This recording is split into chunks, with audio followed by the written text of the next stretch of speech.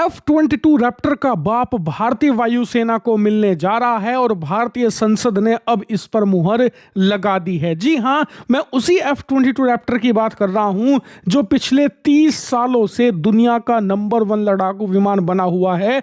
आज तक भी चीन और रूस जैसे देश इसकी टक्कर का कुछ भी नहीं बना पाए। उससे भी ज्यादा खतरनाक लड़ाकू विमान भारतीय वायुसेना को मिलेगा। और हाँ, ये एमका की बात नहीं कर रहे हैं हम। जी हाँ, जैसा कि आप स्क्रीन पर देख पा रहे हैं, भारत की डिफेंस स्टैंडिंग कमेटी के अंदर भारतीय वायुसेना ने खुद इस बात को कंफर्म कर दिया है कि हम एमका और तेजस वाली गलती दोबारा नहीं दोहराने वाले। भारत दुनिया के साथ एक 6th जनरेशन कंट्री बनकर सामने आएगा। दरअसल जिन लोगों को नहीं पता, गलती हमने ये करी थी कि तेजस को हमने सन 2000 के आसपास बनाना शुरू किया। उस समय दुनिया में 4th जनरेशन के एयरक्राफ्ट डोमिनेट कर रहे थे, जैसे कि F-15 बना, पाकिस्तान को मिला F-16, इसके अलावा F-18 सुपर हॉर्नेट, सुखोई 30, ऐसे एयरक्राफ्ट दुनिया को डोमिनेट कर रहे थे। और हम भी एक ऐसा लड़ाकू विमान खुद बनाना चाहते थे और इसीलिए हमने काम शुरू किया तेजस पर।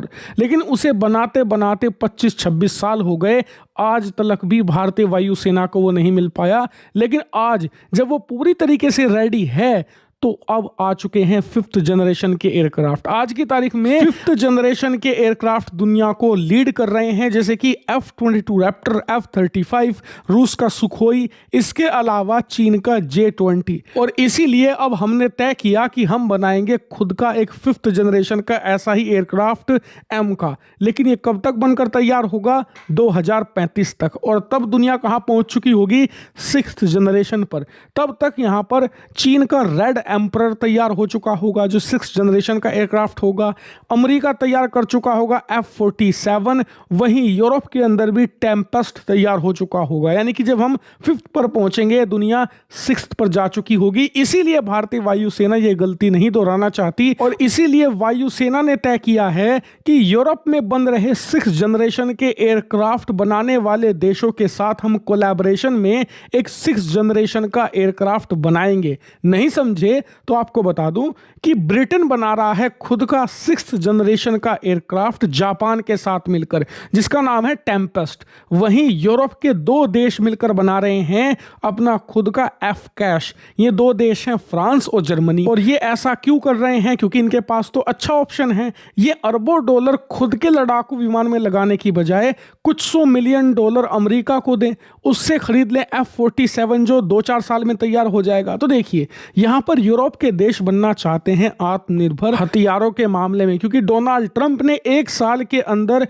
इन देशों को इनकी गलती का एहसास करवा दिया है कि किसी भी दूसरे देश पर हथियारों के मामले में निर्भर होकर कितना खतरनाक साबित हो सकता है। इसीलिए ये देश खुद का 6th जनरेशन का एयरक्राफ्ट बना रहे हैं और इन दोनों ने ही भारत को यहां पर अप्रोच किया है कि आप हमारे एयरक्राफ्ट के प्रोग्राम में शामिल हो जाइए, हमारे साथ मिलकर बनाइए 6th जनरेशन का एयरक्राफ्ट। और ये दोनों ही ऑफर भारतीय वायुसेना अब कंसीडर कर रही है।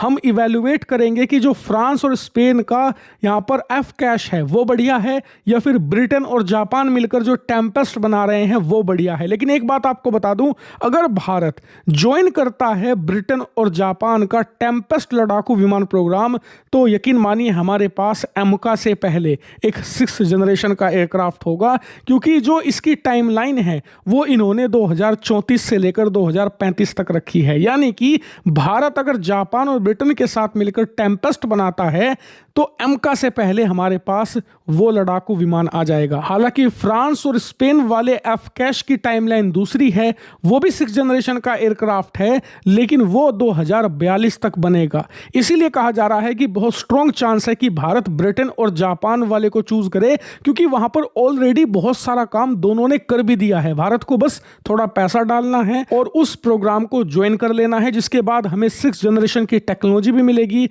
लड़ाकू विमान भी मिलेगा और मैन्युफैक्चरिंग भी मिलने वाली है। हालांकि जो फ्रांस और जर्मनी वाला एफ-कैश है उसमें तो अभी शुरुआत ही हुई है काम की, बल्कि ये कहिए शुरुआत भी नहीं हुई, अभी तो ये देखा जा रहा है कि कौन देश कितना पैसा देगा, इसीलिए वहां पर डिले होगी। देखना होगा कि भारतीय वायुसेना किसे चुनती है। हालांकि अगर आपको ऑप्शन दिया जाए, आप एफकैश चुनोगे या ब्रिटेन जापान का टेम्पेस्ट, कमेंट करके जरूर बताइएगा। और हाँ, इसको लेकर अब बहुत सीरियस खबर आने वाली है, इसीलिए चैनल को सब्सक्राइब कर लेना, क्योंकि सबसे पहले तो आपको बताऊंगा ही मैं, साथ ही समझाऊंगा भी साधारण भाषा में कि 6th जनरेशन के अंदर कौन कौन सी टेक्नोलॉजी इंक्लूड होगी, कौन सी भारत को मिलेगी, कौन सी नहीं। इसीलिए सब्सक्राइब जरूर करना।